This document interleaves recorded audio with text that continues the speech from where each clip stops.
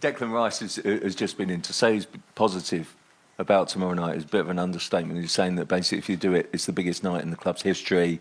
You know, basically be brave, special night, special moments. I mean, do you feel that right throughout the group? There's a determination to turn this around, and you know, when you see them in training, just how strong is that belief that they can do it in the confidence? Huge enthusiasm, huge energy. We are a win away from being the champion in the semi-final. We're in the most beautiful cities in the world against a great opponent. It doesn't get much better than that. We are here to make history. We have a big opportunity tomorrow. We bring a result that gives us so much clarity about what we have to do. A lot of learnings from the first leg as well, and how small the margins are between the two teams. The result, in my opinion, should have been very different to that one. So tomorrow, another opportunity to prove that and earn the right to be in the final. Okay, we'll go to Alex from the BBC. Hi, Mikel. Hi. You just said there you're here to make history and take this team to the Champions League final, but does it feel like it is your biggest game as Arsenal manager? Yeah, one of the most beautiful for sure. I mean, again, one win away from being in the final. We cannot ask for anything else. Is now, let's not do the talking. Let's do it tomorrow on that pitch at 9 p.m. when the game starts. Show our best version and win the game. Okay, John, Radio 5. Mikel. Hi. However, as you'll well be aware, history is against you. So what is it going to take to turn this round? Again, a lot of the things that we did in the first game, better, more consistently. If we do that, the probability for success will be very, very close to us. We are more than capable. We've done it in Europe against a lot of odds. Probably nobody would say that we'll be in this position. So that was against history as well. So let's make our own history. Gary from Sky Sports. Mikel. Hi.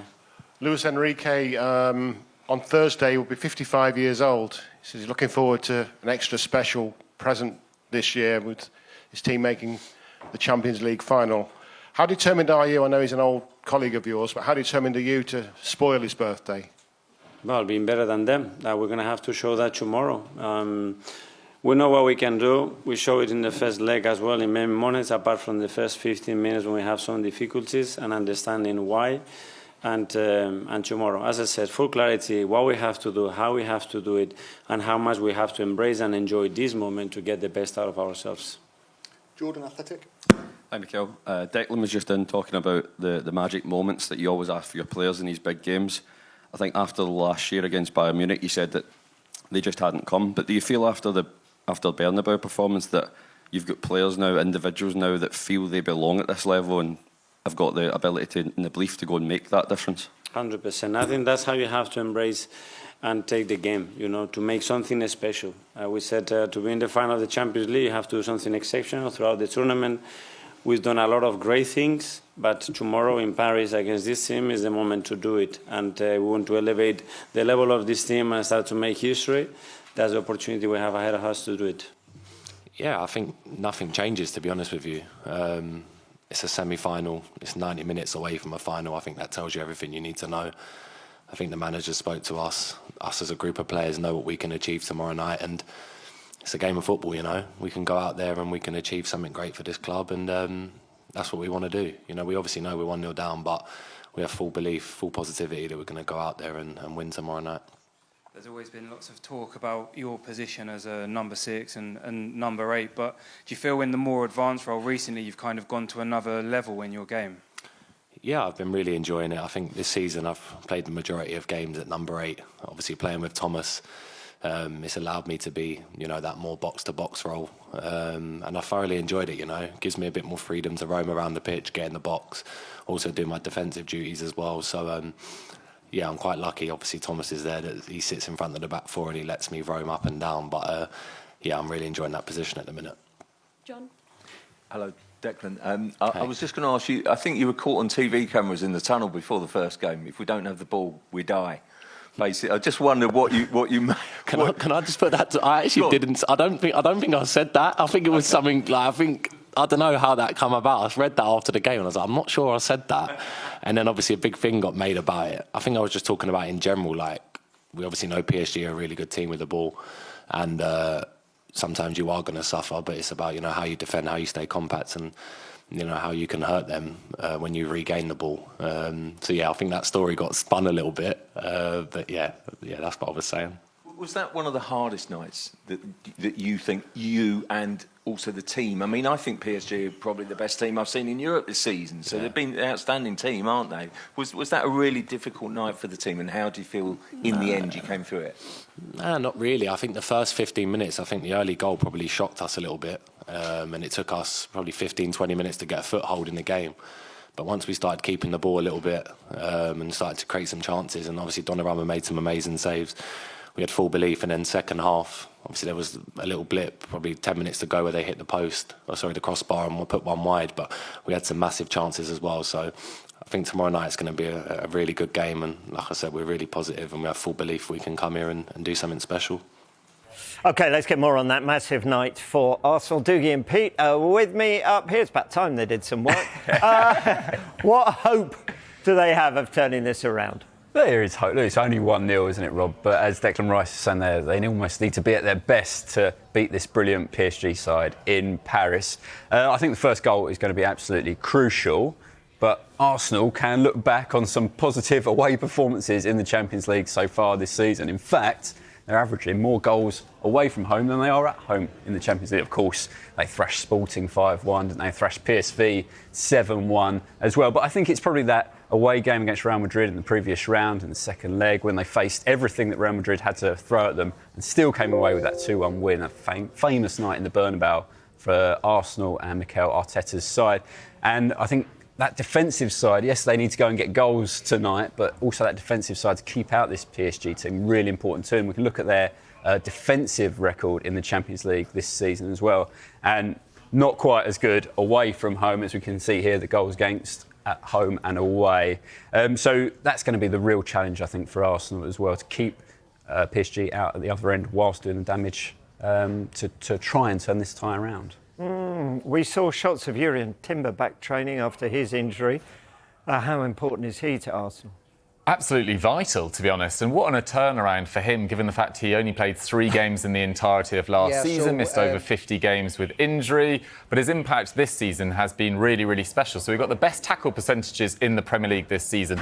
Arsenal fans will be delighted to see William Saliba in second place behind Van Dijk on 51%. But then Jurrien Timber's down there in 6th as well. And I think maybe Ben White's relationship with Odegaard and Saka going forward was a little bit more free-flowing at times than Jurrien Timber, but in terms of a one-on-one defender, I think he did a magnificent job against Vinicius Junior in that tie in the quarter-finals against Real Madrid. The first leg against Kvaratskhelia Kvaratskhelia was a little bit harder. You saw Rice overcompensating to come and protect him against Kvaratskhelia Kvaratskhelia, which leads to the Dembele goal. But both Timber and Lewis Skelly on either side need to be at their best tonight against an electric PSG front line. And Arsenal have never won a Champions League semi-final, having lost the first leg away from home. So there's the weight of history against them too. Yeah, another player key to Mikel Arteta's side is Thomas Partey.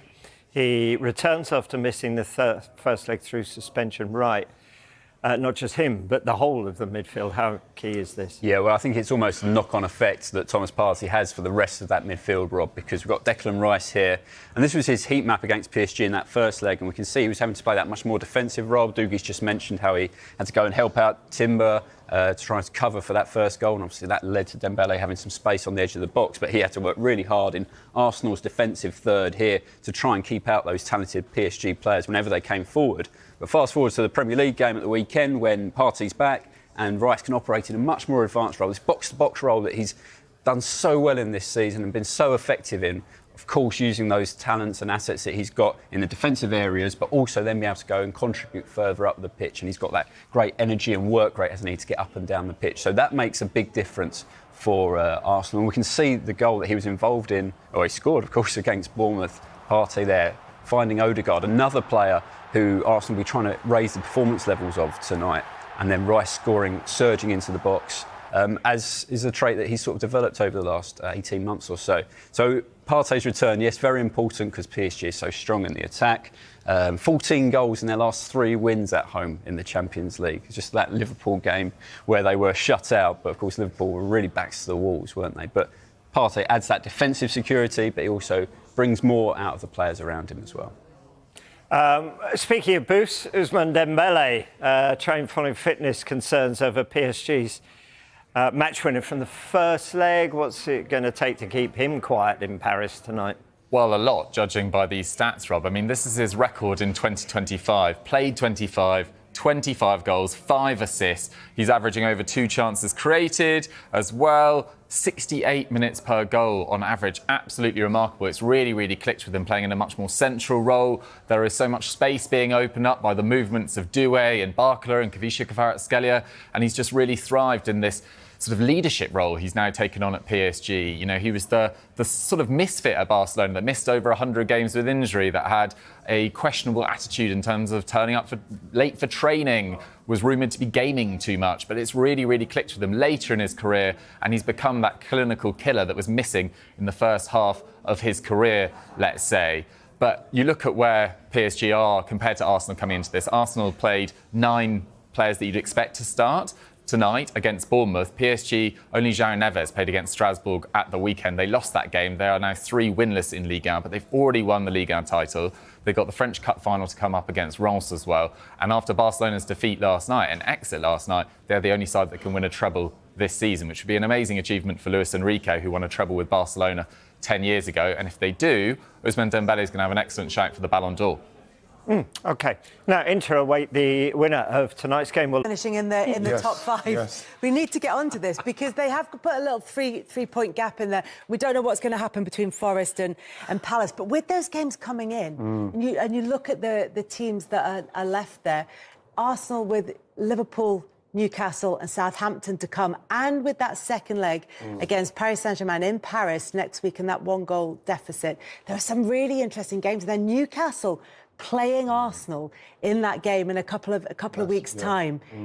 Who knows what's going to happen with those two sides between now and then? And then obviously the Forest-Chelsea on the last game of the season is going to be really, really interesting to watch, I think. And when you look at all the teams in the mix, even the opponents who aren't in the mix for Champions League football there, you couldn't say with absolute certainty which version of those teams will turn up in those games. Because we're at that stage of the season, and 2, all those teams have had a level of inconsistency. Maybe bar Southampton, who have been consistently poor this season. All of them have had a level of inconsistency. Yeah, I mean, for Chelsea to go to Newcastle, maybe Newcastle and Villa are the only 2 teams, and City, because City are really now putting it together now at the end of the season. But they used to being able to put together good runs at the business end of the season. Villa have won 12 of their last 15 matches, and they are absolutely flying. They've got to get that goal difference up if they're going to take a hand in it. Forest have lost their last 2. They've got to win their next game. Otherwise, it's going to fall apart for them. Newcastle, 7 of their last 9. They're flying, but their draw at Brighton was a real surprise. Yeah. And Arsenal, dropping 21 points from winning positions, especially when you've got the Champions League on your mind. But at the same time, I know we're going to speak about them, but like, at the same time, it's that's a tough running for Arsenal in their current mental state. Where are they in terms of their mental state? I was at the game against Paris Saint-Germain on Tuesday, and although it was really loud, really intense atmosphere, there is a tension at the club at the moment, and it doesn't feel helpful. It's the pressure of everything that I think that they're trying to achieve with Mikel up to this point, and this is. You know, obviously the league being won by Liverpool, and then this being the only thing left with... I saw him doing an interview going through the players that are first-team players that would have been playing. That's why he's so admirable towards the players who are playing now, because they are giving everything. And you can see after 60 minutes, Arsenal look to me like they're finished out there. And you're looking at the bench, there's not much coming off of it. But are you surprised he played such a strong side? PSG didn't play Donnarumma. I don't think he's got much choice. They made like 10 changes. Yeah, Kvaratskhelia didn't play, Dembele didn't play. I don't think the choice for Arsenal in what he's trying to... Because remember, we're still trying to finish second and trying to stay in there. So he's trying to play the best team he possibly can to try and get that. And when you consider we've dropped 21 points from winning position... Yeah.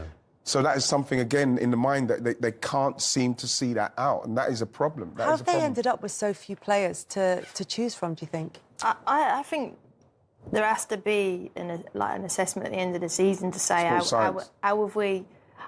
Maybe, but they've got to have to look at that, Kels. You can't have, for me, you know, was it 3 hamstring off the bone? Like, you know, like we all know Emma Hayes, but I work with her, and you know, she said if my player had a muscle injury or an injury like that, I would take that really personal. That's under my control. And I know that Liverpool went with Arne Slot because of the career longevity of his training methods for his players and keeping his players fit. And then for Arsenal, like, I get it, there's been injuries and I get that he has to play the same team, but I think there has to be, you know, a look within to say whether it's overtraining, undertraining, S&C. Well, they're saying the manager. You're saying the manager then has to be looked at. Yeah, because for me, righty, everything starts with the manager, and if the manager can't pick the players, then the games and performances still fall on his head. So I think, you know, no player, as you mentioned earlier, is any good if they're not available.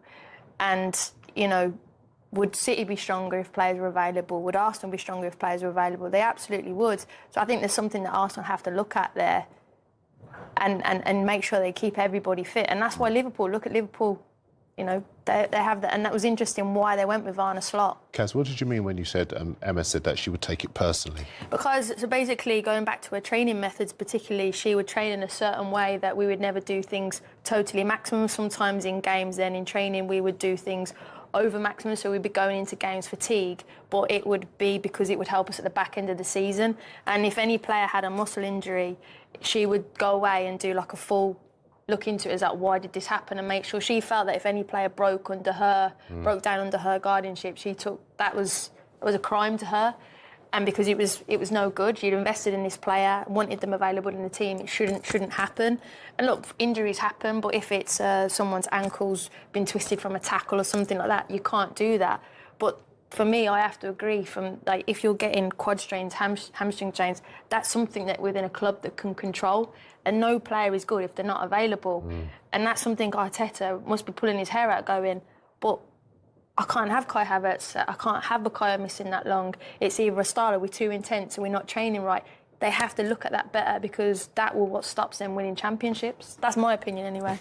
Yeah, but based on your experience as well of how you know, Emma kept players fit right through to the end of the season. But in terms of qualifying for the Champions League through the league next season, it doesn't really matter whether you finish 2nd or 5th. There are no qualifying phases now because of the new league system early on. But does it matter? I mean, look, we're sort of ignoring the Champions League, where they only have a 1-goal deficit against Paris Saint-Germain. I mean, this is not out of the question that they get to the final and even win the Champions League come the end of the season. And that, you know, that's quite a nice little aside at the end of the season. But in terms of finishing 2nd, is that important to them, do you think? I think it wouldn't be important to them if they got to the final and won.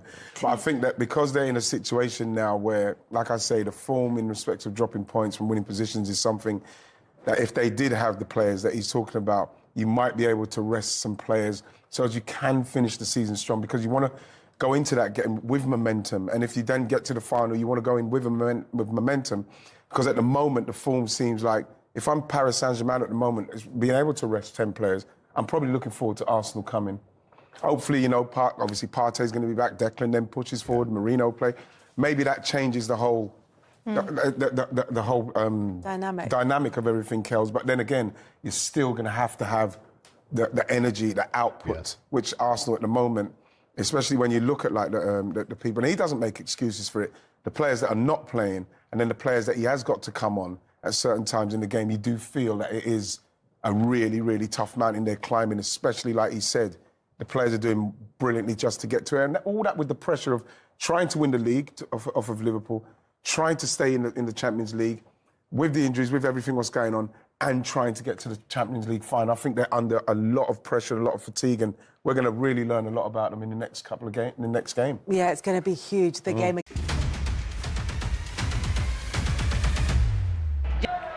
Yes. Penalti normal. Mía, lo de los penaltis. Penalti normal.